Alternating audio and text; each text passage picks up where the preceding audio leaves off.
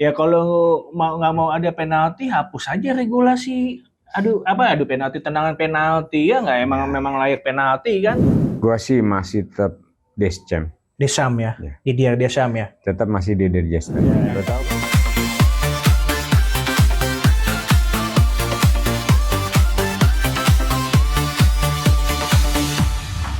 Mantap. Sore-sore kita ngopi.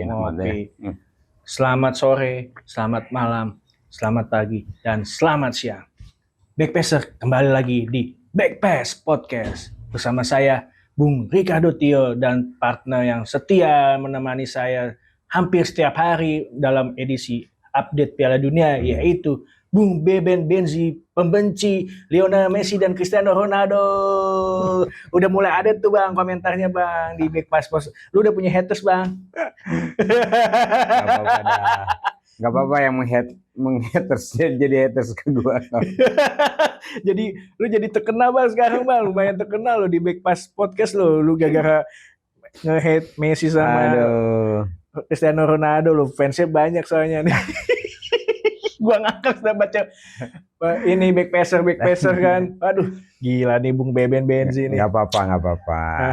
Harus siap-siap mental Bang. Ini biarkan. Channel kita biarkan masih kecil saja. nih. Ya. Entar kalau udah gede, ketika itu lo harus siap mental nih Bang. Entar lo menyaingi Coach Justin lo Bang.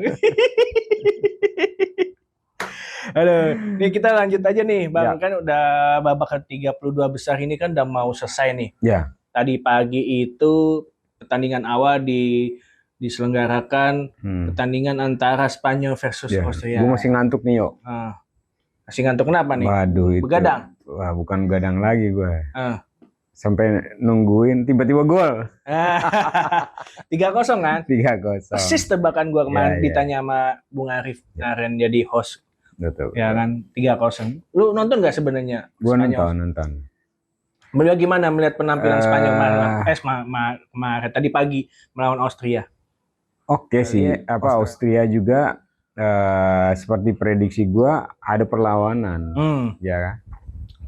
Walaupun endingnya akhirnya tetap dihempaskan dengan 3-0. 3 gol. Ya. Yang pertama Oyarzabal. Pertama sebenarnya Cucurella, cuma dianulir nggak jadi gol ya. Kemudian Oyarzabal masukkan 1 gol. Ya.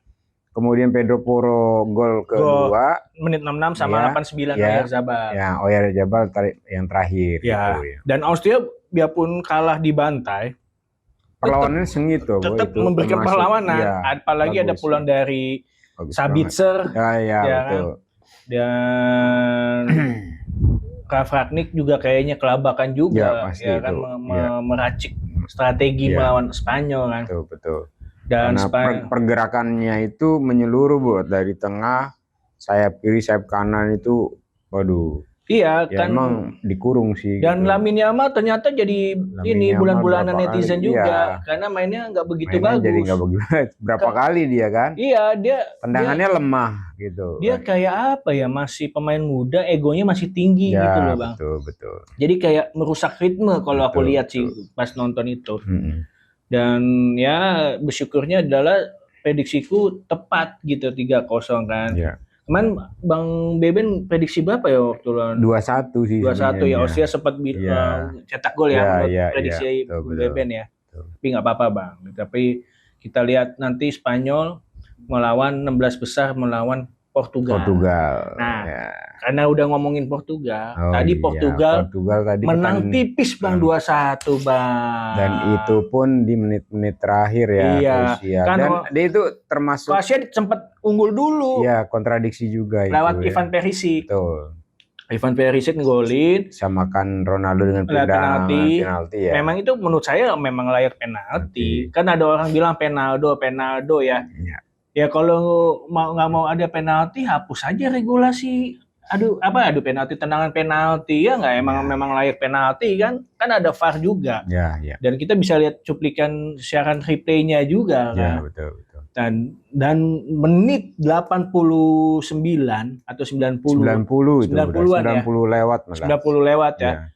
Crossing Rafael Leao pemain AC Milan dan Gonçalo Ramos yang baru dibeli Milan pemecah rekor transfer termahal Makanya Intersti itu kayak nggak rela gitu loh. Ya, Portugal lolos karena ada pemain AC Milan di situ Bang. Dan menariknya tadi Ronaldo memeluk Modric. Sempat ngobrol karena dia kan sempat satu tim di Real Madrid kan. Yeah. Sebelum pindah ke Al Nassr sama AC Milan juga kan Modric. Dan momen mengharukan ini kan karena Modric ini kan bakal pensiun nih. Betul. Kan, ini kan Piala Dunia terakhirnya kan dia, iya betul. Dan nggak tahu nih kedepannya Kroasia tanpa Modric bisa apa gitu. Karena kan dia motorik bener dia di situ. Iya, satu-satunya motor penggeraknya, sebagai otak serangan dari Kroasia. Defensif juga kan di midfielder, kadang bisa di midfielder, kadang bisa jadi playmaker. Ya kan, jadi walaupun badannya mungil, Luka Modric ini visinya tuh persis nggak beda jauh sama Pirlo sebenarnya, ya kan? Jadi kita lihat aja nanti Portugal ketemu Spanyol nih Bang. Ya. Kira-kira siapa yang lolos Bang, Portugal Spanyol? Portugal Spanyol sebenarnya sama-sama bagus ya. Iya. Sama-sama bagus dan lebih condong ke mana kira-kira Bang? Nggak tahu ya, gue 50-50 deh nih, soalnya adu penalti. Bisa jadi adu penalti ini. Iya. Iya. Tapi aku feelingku sih masih Ronaldo Portugal bakal lolos sih. Tapi kalau untuk 2 kali 45 ngegolin kayaknya rada sulit nih sama. Justru malah ada gol Bang. Bisa jadi 1-1 apa 2 sama. Pokoknya intinya nanti menangnya di extra time atau adu penalti kalau gue bilang sih emang 2 kali 45 ini pasti seri. Ya, kita lihat aja nanti tapi ya Bang. Nah, terakhir nih adalah Swiss lawan Aljazair. Ya, nah, betul. Ini nih. Jadi kita udah prediksi. Gua nonton nih tadi nih. Swiss dan gua nggak nonton lagi. Gua 3-3-nya nonton Bang. Aduh, terlalu lelah udah. Lu nggak nonton tadi gua ya? Gua nggak nonton yang di Swiss itu kebetulan. Jadi pertama itu golnya Brel Embolo. Oh, Embolo yang golin ya? Embolo ya, itu golin dari assist dari Johan Mandazi. Oh, Johan Mandazi. Ya, itu lewat tusukan dari samping, terus dia nyetak gol. Dan gol kedua dicetak oleh Dandoye, pemain Nottingham Forest. Jadi dia menusuk, langsung dia placing tendangannya ke samping kanan gawang Aljazair. Aljazair pun juga ada serangan juga Bang, nggak diem gitu aja. Ya maksudnya memberikan perlawanan sengit juga sih, tapi memang lagi-lagi keberuntungan jatuh ke Swiss. Ya, sesuai prediksi sih ya. Sesuai prediksi. Ini 3-3-nya tebakan saya benar semua loh. Kekuatan. Ini pokoknya nanti ada reelsnya deh, pokoknya shotnya deh dari Bang Beben ya kan. Nanti prediksi saya kemarin tuh dapat sebuah hat-trick Bang. Gitu sih Bang Beben. Nanti malam adalah ketika Argentina ya? Argentina dulu ya? Bukan. Dia kedua kalau nggak salah. Australia Mesir. Australia. Nah ini jam 1 pagi Bang. Kira-kira siapa yang menang Bang? Gue sih masih megang Mo Salah dan kawan-kawan sih masih Mo Salah dan kawan-kawan. Persentase kemenangan berapa? Persentase kemenangan bisa ya 60-40 lah. Kok sama Bang? 60-40. Tapi kalau tebak skor nggak bisa tebak beda nih? Skor bisa beda mungkin, tapi gue bilang 2-1. Lah, kenapa nih? Sama lagi nih. Wah, gila, ini baru sepakat ini menang Mesir 2-1. Aku sih nggak peduli mau gue siapa. Ya. Kita pengen ada wakil dari Afrika lagi lah ya. Tapi karena Australia itu dibilang wakil Asia juga nggak juga. Dia wakil AFC. OFC sebenarnya Oceania, tapi kan dia pindah ke AFC kan. Kan OFC itu kan karena Selandia Baru kan. Terus melihat Australia yang mulai agak menurun, kayaknya Mesir dan mulai menanjak. Aku feeling sih ya menang Mesir 2-1 sih. Ya kan? Menang.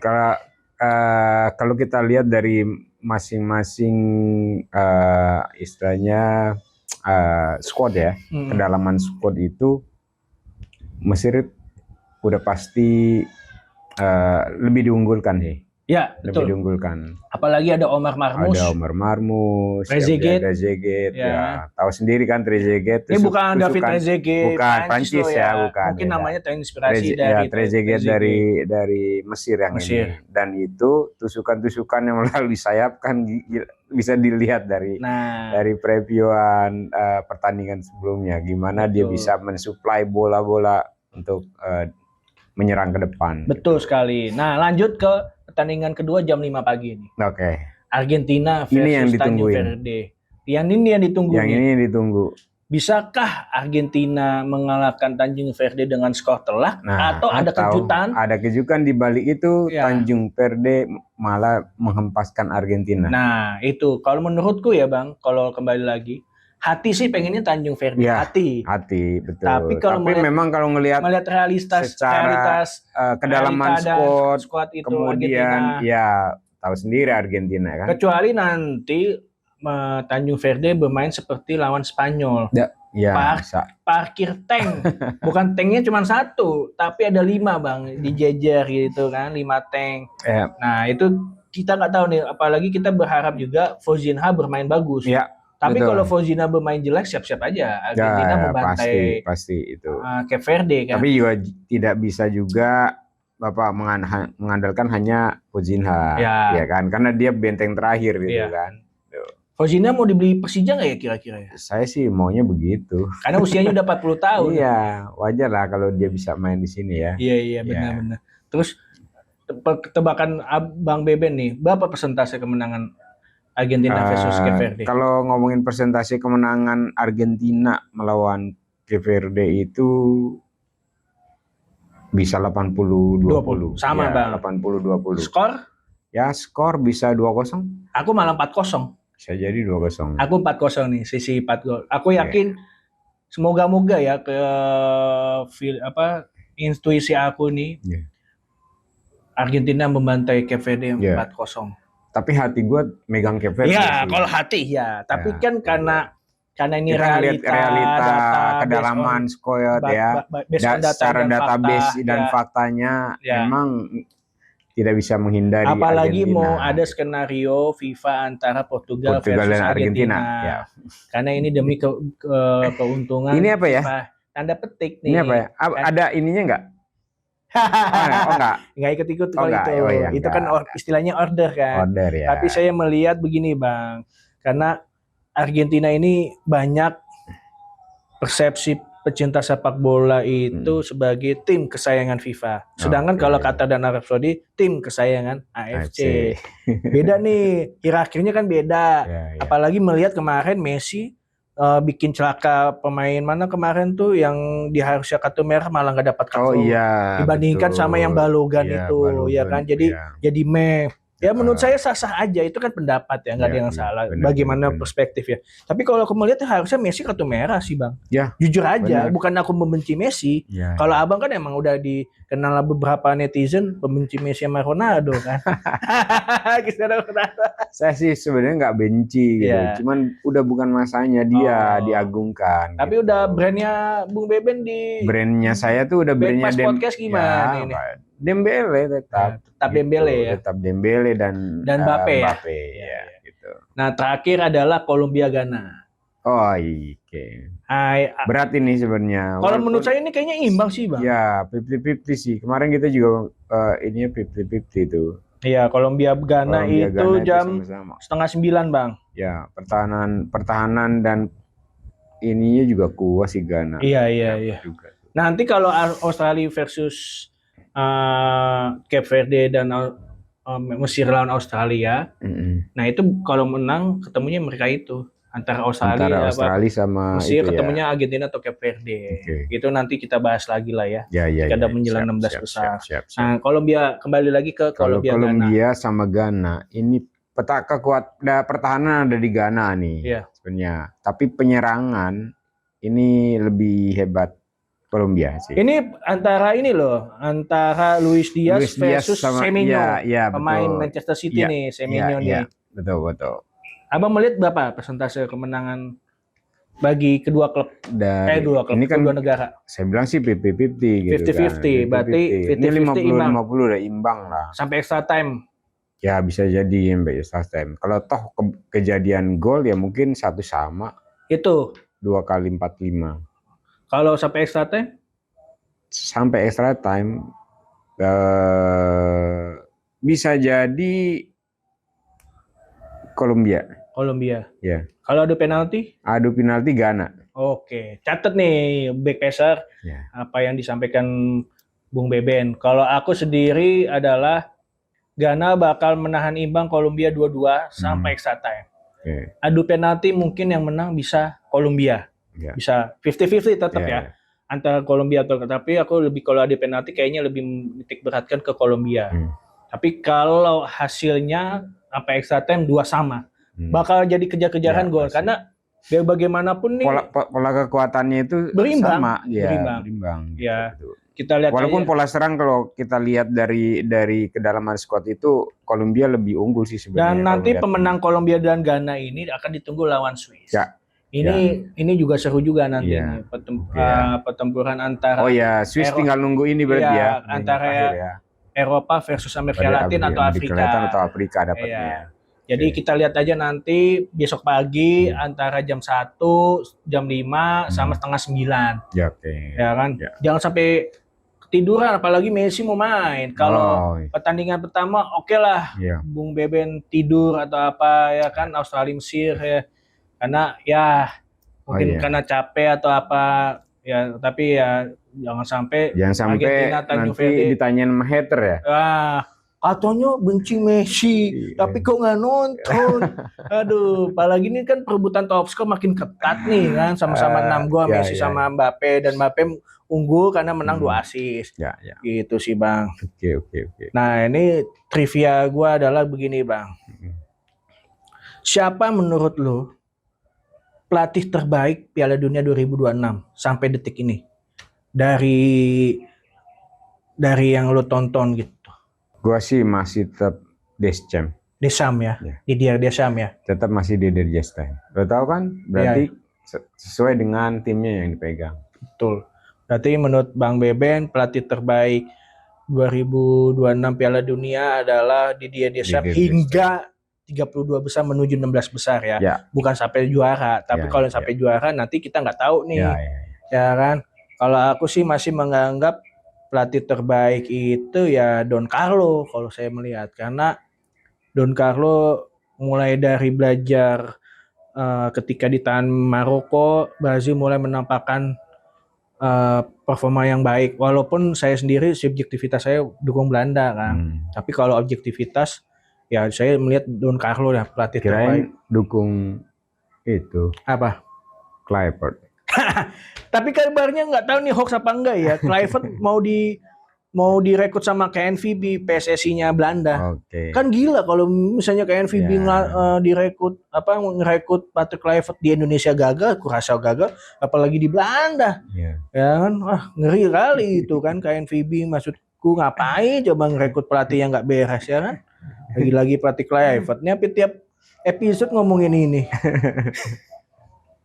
Ya oke, Bung Beben, kita tunggu aja nanti hasil pertandingan besok pagi. Sekalian mau info, besok kita masih tetap tayang besok, dan hari Minggu kita libur dulu. Ini informasi buat Backpasser, biar Minggu itu ada acara keluarga masing-masing ya Bang ya. Kita skip dulu. Nanti kita pas pertandingan 16 besar ada lagi tetap.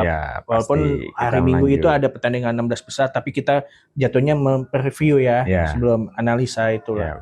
Oke, Bung Beben, terima kasih. Sampai jumpa di episode berikutnya di Backpass Podcast. Salam.